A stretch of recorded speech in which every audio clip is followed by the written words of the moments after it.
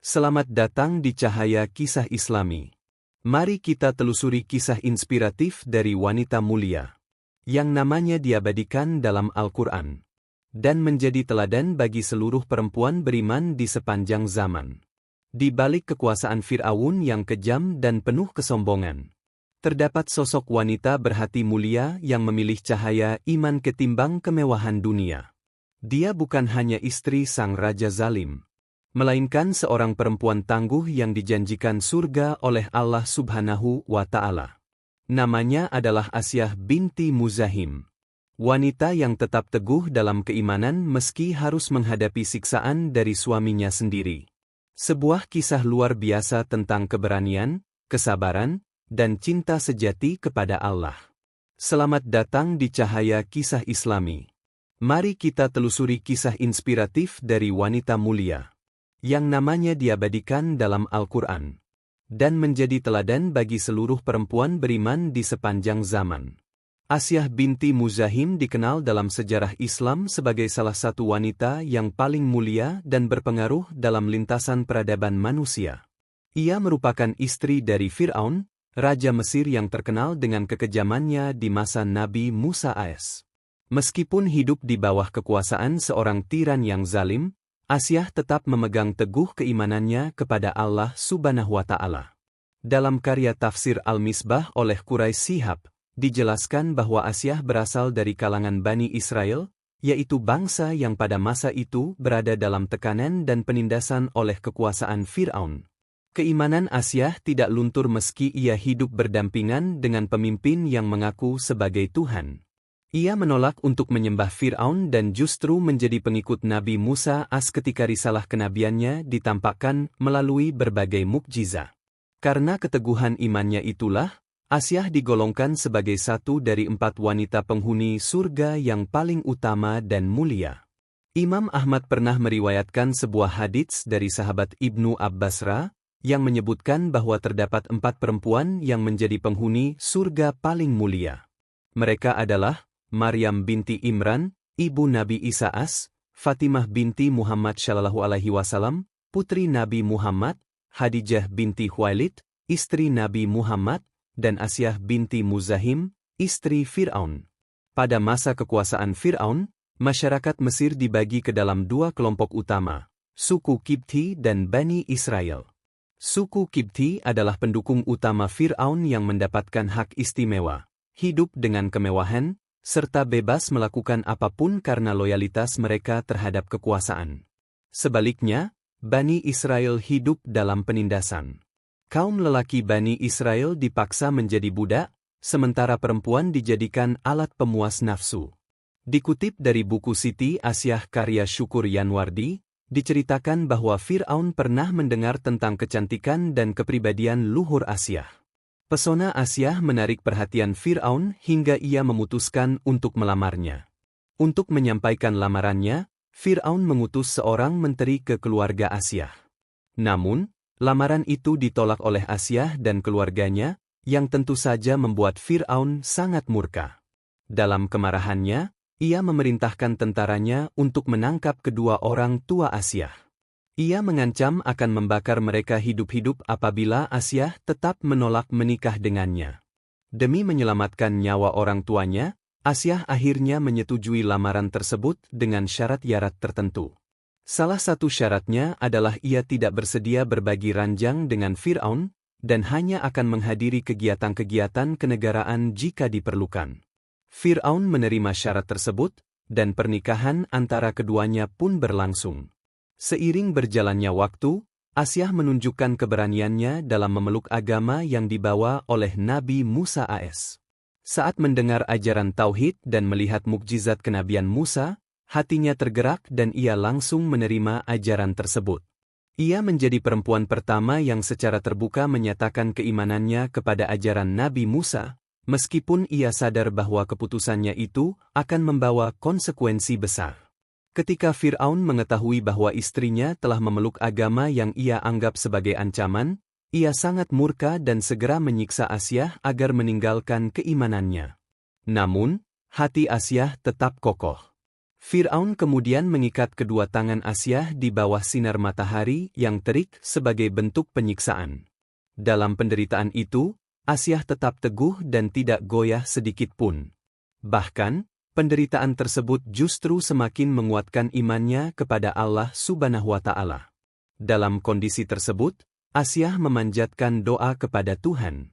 Doa tersebut kemudian diabadikan dalam Al-Quran, dalam surat At-Tahrim ayat 11, yang berbunyi, "Dan Allah membuat perumpamaan bagi orang-orang yang beriman, istri Fir'aun, ketika dia berkata, 'Ya Tuhanku, bangunkanlah untukku sebuah rumah di sisi dalam surga dan selamatkanlah aku dari Fir'aun dan perbuatannya, dan selamatkanlah aku dari kaum yang zalim.'" Doa yang dilantunkan Asyah dijawab oleh Allah Subhanahu wa Ta'ala. Meskipun secara fisik ia menderita di bawah siksaan Fir'aun, secara spiritual Asyah mendapatkan perlindungan. Malaikat turun dan memberikan naungan kepadanya dari teriknya matahari. Saat itu, ia diberi penglihatan akan rumah yang kelak akan menjadi miliknya di surga. Ini menunjukkan betapa besar kasih sayang dan perlindungan Allah terhadap hambanya yang setia. Fir'aun yang tidak menyerah dalam menyiksa Asyah kemudian memerintahkan para pengawalnya untuk terus mengawasi istrinya. Namun, ketika mereka mendatanginya, mereka justru melihat Asyah tengah menatap ke langit dengan wajah penuh ketenangan dan harapan. Ia sedang menyaksikan gambaran rumah surganya yang Allah perlihatkan sebagai bentuk penghiburan dan peneguhan atas keimanannya. Asyah akhirnya wafat dalam keadaan iman yang kokoh. Ia meninggal sebagai syuhada, dalam penderitaan fisik namun dengan hati yang lapang dan penuh harap kepada Allah. Tidak sedikit pun ia mundur dari keyakinannya meskipun harus menghadapi ancaman, siksaan, dan bahkan kematian dari suaminya sendiri.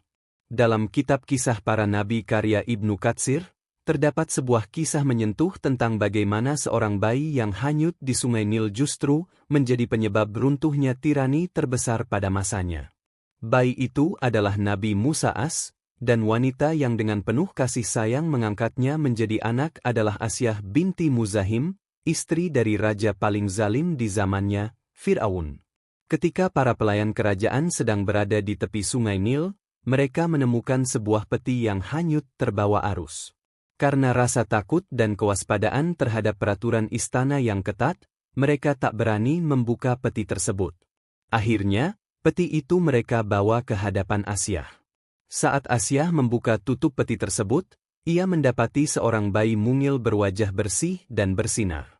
Tanpa disadari, ia telah melihat masa depan yang akan mengubah hidupnya. Bayi itu adalah Musa kecil. Ketika Asyah menatap wajahnya, ia merasakan kasih sayang yang begitu dalam, seolah bayi itu memang ditakdirkan menjadi bagian dari hidupnya. Hatinya langsung luluh dan terpaut pada anak tersebut. Rasa cinta yang begitu kuat muncul seketika, hingga ia bertekad untuk menjaganya dan menjadikannya anak angkat. Namun, ketika Fir'aun melihat bayi itu, reaksi yang muncul sangat berbeda. Ia penuh kecurigaan dan langsung memerintahkan agar bayi itu dibunuh. Mengetahui niat suaminya, Asyah segera membela Musa dan dengan penuh kelembutan berkata kepada Fir'aun, "Anak ini akan menjadi penyejuk hati bagiku dan bagimu. Janganlah kamu membunuhnya. Barangkali kelak ia berguna bagi kita atau kita jadikan ia sebagai anak." Quran Surah Al-Kashish 9. Ucapan Asyah menunjukkan kecerdasannya dalam meredam amarah suaminya. Ia tidak hanya berbicara dari sudut emosional sebagai seorang wanita, tetapi juga menyisipkan harapan dan kemungkinan manfaat di masa depan. Namun, Fir'aun hanya menanggapi dengan dingin. Ia berkata, "Bagimu, ya. Tapi tidak bagiku." Artinya, ia mengizinkan Asyah memelihara anak itu hanya karena rasa hormat kepada istrinya, bukan karena keyakinan. Ironisnya, bayi yang ia izinkan untuk tetap hidup inilah yang kelak menjadi penyebab kehancuran kekuasaan dan bala tentaranya. Fir'aun tidak menyadari bahwa keputusan tersebut adalah awal dari takdir yang ditentukan oleh Allah Subhanahu wa Ta'ala. Musa kecil tumbuh di lingkungan kerajaan yang megah, namun penuh dengan tekanan dan ketakutan. Meski demikian, Ia dikelilingi oleh kasih sayang dari dua sosok ibu, Asyah, sang ibu angkat yang penyayang dan penuh keimanan, serta ibu kandungnya sendiri yang oleh takdir Allah dipertemukan kembali dengannya sebagai ibu susu. Asyah mendidik Musa dengan nilai-nilai luhur, sedangkan ibunya menyusui dan merawatnya dengan penuh cinta. Dalam masa pertumbuhannya, Musa menjadi seorang pemuda yang cerdas, tangguh, dan terampil dalam ilmu serta peperangan. Ia tumbuh sebagai pahlawan dalam pelatihan, meski kelak menjadi penantang terbesar bagi kekuasaan Fir'aun. Saat Musa menerima wahyu dan diangkat sebagai nabi, ia diberi tugas untuk menyampaikan ajaran tauhid kepada Fir'aun dan rakyat Mesir. Ketika kebenaran itu disampaikan, Fir'aun merasa terancam dan menjadikan Musa sebagai musuh negara. Ia mengusir Musa dari istana dan berusaha menghapus jejak kenabiannya. Asyah yang selama ini menyaksikan kekejaman suaminya dan menyadari kebenaran dalam dakwah Musa, akhirnya memutuskan untuk beriman kepada Allah Subhanahu wa Ta'ala. Keputusannya ini ia rahasiakan demi keselamatannya, tetapi ia tetap menjalankan ibadah dan menguatkan hatinya dalam ketakwaan. Namun, keimanan itu tak bisa terus disembunyikan. Suatu saat, Fir'aun mengetahui bahwa istrinya telah memeluk Islam. Ia pun murka dan berupaya membujuk Asyah agar meninggalkan keimanannya. Meski diancam dan disiksa, Asyah tidak goyah.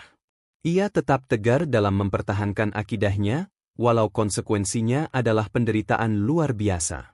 Fir'aun menyiksa Asyah dengan cara yang sangat keji. Tubuhnya dipasak ke tanah dengan 4 buah pasak pada tangan dan kakinya. Ia dibiarkan dalam keadaan terbelenggu dan kesakitan. Meski demikian, semangat dan kekuatan imannya tak pernah padam. Ia tetap memanjatkan doa dan memohon kekuatan dari Allah Subhanahu wa Ta'ala. Tidak hanya Asyah, para pengikut Musa pun mengalami penyiksaan serupa. Fir'aun melancarkan teror dan kekerasan terhadap siapa saja yang mengikuti ajaran Musa. Namun, keimanan para pengikut tersebut justru semakin kuat karena dukungan spiritual dan doa Nabi Musa AS. Ketika Asyah berada di puncak penderitaannya, Allah Subhanahu wa Ta'ala menghiburnya melalui seruan yang disampaikan oleh Nabi Musa AS.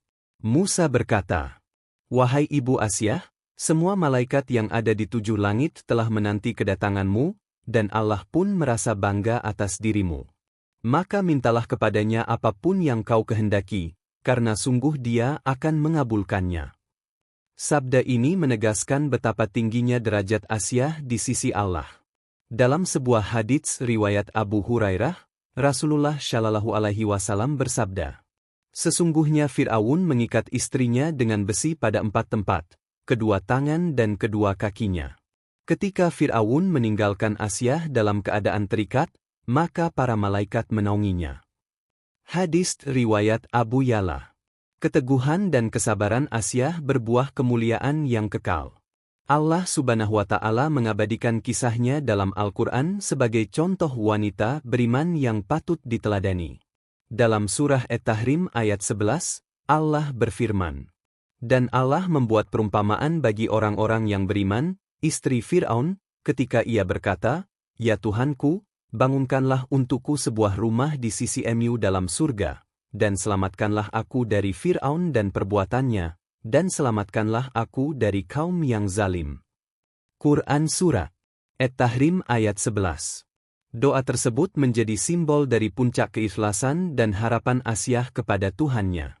Ia tidak meminta dibebaskan dari siksaan secara langsung, melainkan meminta tempat di sisi Allah, karena itulah rumah yang abadi dan bebas dari segala bentuk penindasan. Semoga kita bisa meneladani semangat dan keteguhan Asyah, menjadikan kisahnya sebagai inspirasi dalam menghadapi ujian hidup, dan tetap istiqomah dalam keimanan hingga akhir hayat. Terima kasih telah menyaksikan kisah inspiratif ini di Cahaya Kisah Islami. Jangan lupa untuk like, share, dan subscribe, agar semakin banyak yang mendapatkan cahaya dari kisah-kisah penuh hikmah. Sampai jumpa di episode berikutnya.